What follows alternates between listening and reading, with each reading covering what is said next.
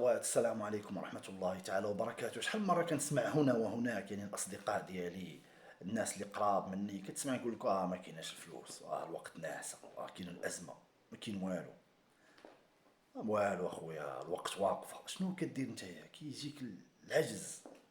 يعني بعض الأحيان كتقول واش بصح يعني، وفعلا ما كايناش الفلوس مثلا، والوقت واقفة والوقت ناعسة. شنو صافي نبركت أنا نعس أنا مع نحط يدي على الخط ديالي ونعس نقول ما كاين والو؟ لا، هذا غلط.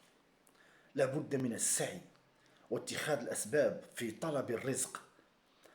أما وقت ناعسة ما كايناش الفلوس، ما كاين والو، أزمة فعلا.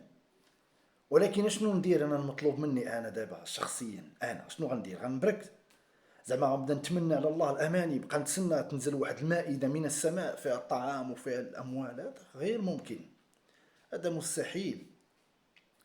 فلذلك خص إنسان يسعى لطلب الرزق ويتوكل على الله وتوكل على الحي الذي لا يموت. والرزق ديالك راه مكتوب مضمون، ما غاديش يتقطع. ينقطع رزقك عند وفاتك فقط. أما الرزق ديالك مضمون. الله هو الرزاق، الله هو الذي يرزق، أما الناس سبب في وصول هذا الرزق إليك.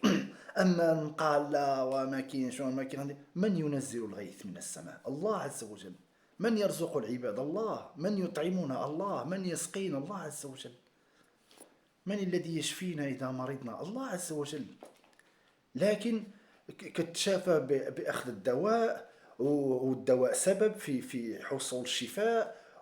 يعني الرزق خاصك تخرج تسعى باش يعني تلقى باش تاكل. ولكن الذي يطعمك وييسر لك ويهيئ لك الأسباب هو الله عز وجل. أما تبرك وتقول لا ما كاين والو، وهو نعس انت على زعما ملي غادي تنعس صافي غتبقى ناعس. تمر عليك الأيام وانت ناعس ولم ما تحققت أي شيء. أما تبقى تقول شي لقيتي كتبع ما كاين والو، وناس الوقت وناس انت، اشنو غتصور؟ والو، لا شيء.